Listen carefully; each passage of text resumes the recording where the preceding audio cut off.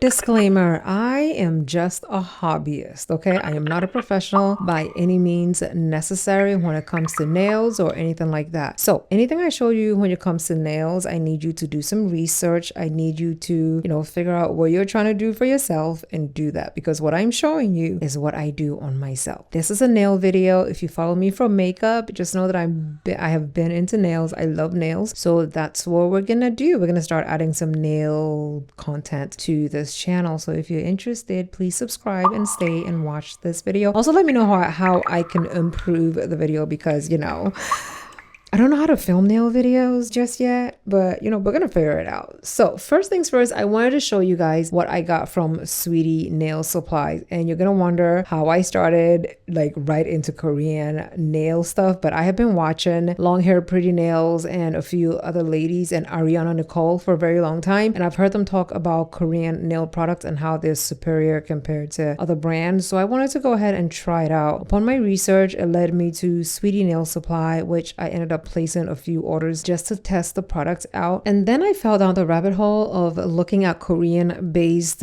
beauty supply nail supply stores. I found a few of them and I placed a few orders. Candy Stone is one of them, and the products are very, very good, also a bit cheaper. So just keep that in mind. I will be showing you guys where I get my products from. You don't have to buy Korean products. I also have a lot of AliExpress, specifically I can't pronounce it, Gaoy. I love their products and I use that a lot. So I showed you a few things I got from Sweetie Nail Supply, and this one I got from Candy Stone. This came directly from Korea, and they also sell this very powerful magnet that I picked up from them because at the time when I placed the order, I had not figured out how to use the magnet with a magnetic eye, but I have since figured it out and I can use a cheap one to achieve whatever look I want. But since I had this powerful one, I figured let me show you what it looks like. That was D-gel. It's like a glitter type of a magnetic nail. If I like that, I will try to get the whole collection. This one is Mayo, and they have some very good ones. I picked two very similar shades, so I'm going to exchange one of them for a deeper, almost burgundy-ish shade. I got 2 tabs of stickers and 2 nail molds, and Candy Stone added that little paper pad as a gift. Let's jump into the charms that I picked up from Candy Stone. I got this oval looking stones in several different shades. I don't like that I got them, but I love that I got the Swarovski pearls because they are absolutely beautiful, and I'm going to use those in my nails today. I saw nail chains and I wanted to try them, so I picked those up. And this very cute whale. If you don't know, bonsu means whale, so anything whale, I want it. Some hearts, some cities, and that is like the sign for the Ghana money, so I had to get it. I picked up this Ohara. Oh my God, I can't pronounce it. I picked up this peel off base solution from Amazon because I saw it on somebody's YouTube channel and they said that it can help you remove your nail, your Gel X nail. It's not for gel. It's for like bonder, soft gel type of a thing, but not for regular gel, okay? So if you're looking to use it for gel, you might want to read the reviews. And I decided to go ahead and show you how it would work on nails that I didn't have a peel off base on. I watched somebody's YouTube video, I forgot who said once you put any kind of removing solution on, just leave it on for 5 minutes before you start like trying to rip it off your nails. So that's what I ended up doing, where I put it on my nails, I waited a few minutes, and then I went around the edges to kind of loosen it up. Then I went back in with a drop per finger and I waited another 5 minutes, just let it soak in and do its thing. And when I try to remove it, if it's loose enough, it popped off, and if not, I ended up adding another drop and waited another 5 minutes to do it. I don't push the nails to like force it off my nail, because right now I do have some dip powder left on my nail that I'm trying to get rid of, and that part was really stuck on, and you can see at the tips of my nails that it did end up like ripping a little bit, but I think it was the dip powder that got removed off of my nail that you were able to see that. But this will work very well, and I feel like it would work really well with a peel off base as well. So if you're gonna use it, you could probably use this version instead of the Jello 1 kill. I don't know how it works, but for this it worked really well for me, that I didn't have to soak my fingers in acetone, and I think it actually really did save my nails. And I would have been sitting here for hours trying to take these Gel X nails off, okay? Let's move on to the natural nail prep. I ended up having to clip my nails because the tip has dip powder, and as you can see, I still have some damage from the dip powder on there. I ended up having to file my nail because I like the look of my nails not peeking through my Gel X. I picked up a Jello Milk cuticle remover from Sweetie Nail Supply, and I'm applying it to my nails, waiting a few minutes before I go in with my cuticle pusher to push back the cuticle and to just remove all the dead excess skin off of my nails because I need my nails to last. The nails you just saw me take off lasted almost 3 weeks, and the only reason why I'm taking them off is because I started this and I bought everything I bought because I get very bored with my nails very quickly, and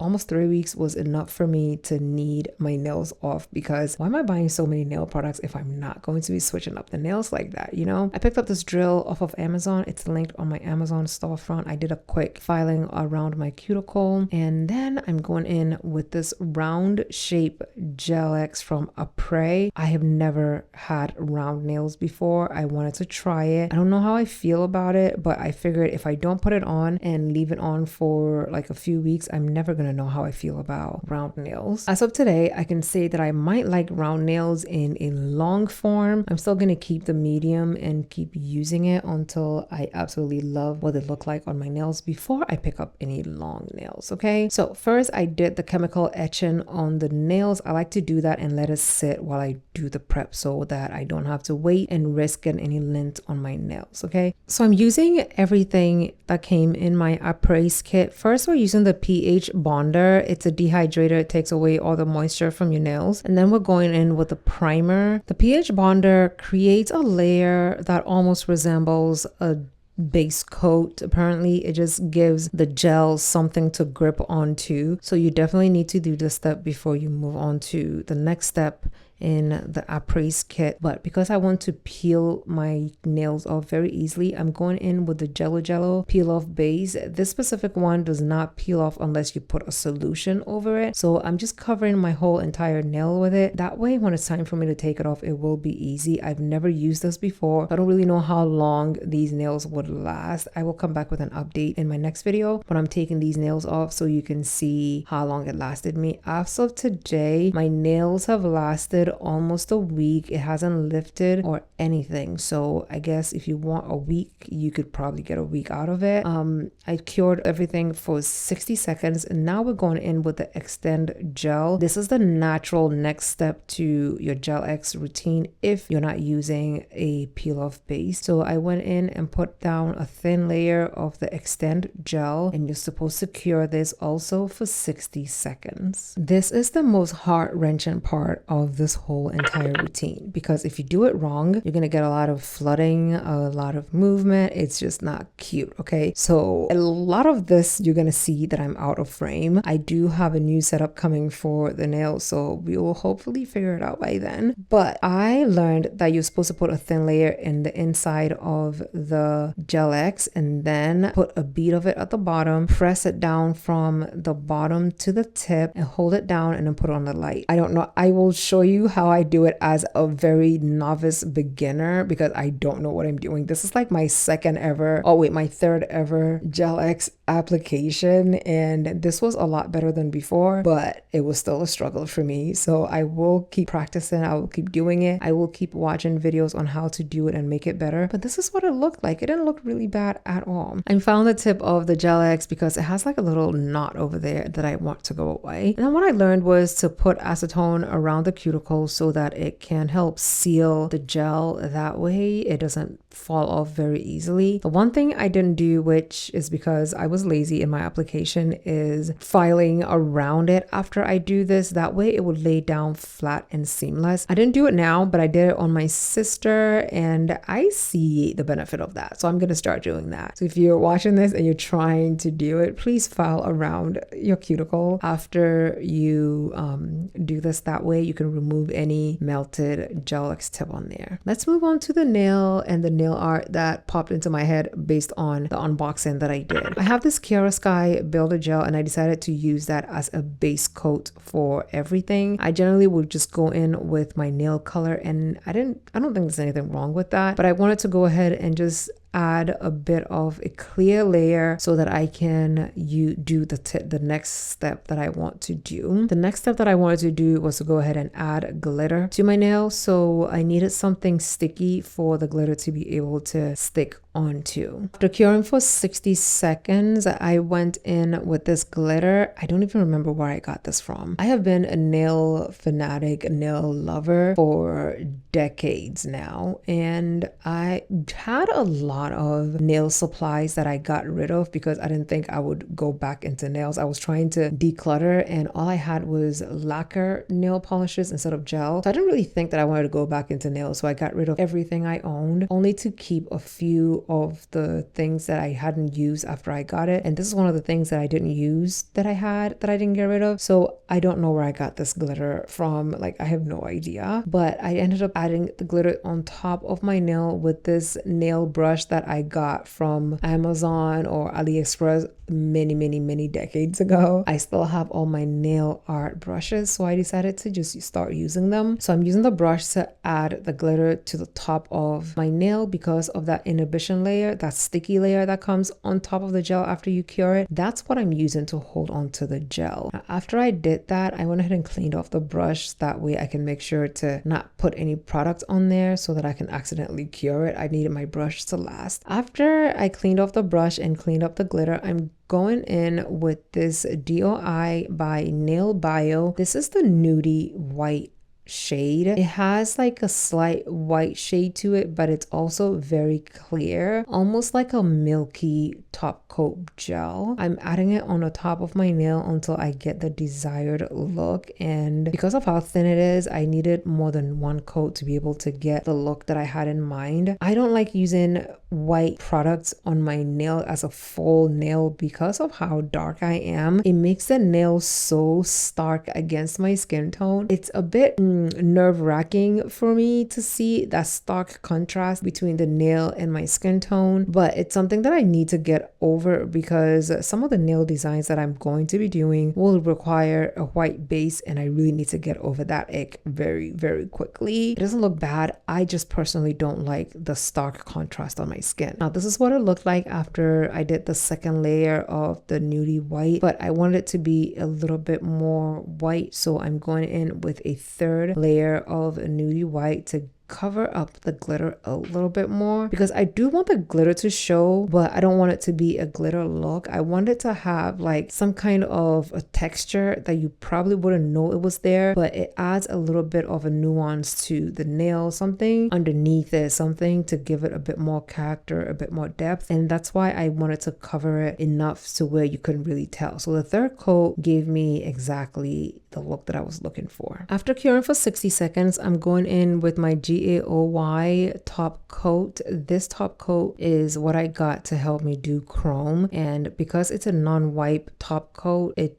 really does the chrome very well. So I'm applying a layer of that onto the nail, and I'm just gonna go ahead and cure it for 60 seconds. Now, I have to say, all the Nail Bio things I picked up were on sale during their Nail Bio sale, their anniversary sale on Sweetie Nail Supply. So it was significantly cheaper than it is right now. So you might want to wait till they have a sale to buy something if you're on a budget like I am. But I ended up putting this chrome white bluish kind of holographic chrome on it, and this is what it looked like. At certain angles it's given blue, and at other angles it's given gold pearl like look. So I really like this because it added a lot of that mother of pearl look to the nail that I was looking for. I applied it all over my nail, and yes, it transferred onto my cuticle, but after I wiped everything off at the end, it went away. After I applied the chrome, I'm going in with some top coat again just to seal in the chrome so that it doesn't rub off during anything else that I needed to do. And also it's gonna help whatever else I put on top stick. I can't just stick my charms onto the chrome. It's gonna fall off if you don't seal it, and I don't don't want to rub off my chrome. So I applied a second layer of top coat and cured for 60 seconds. I'm going in to file around the nail to make the shape and the polish look as clean as possible. Then I'm putting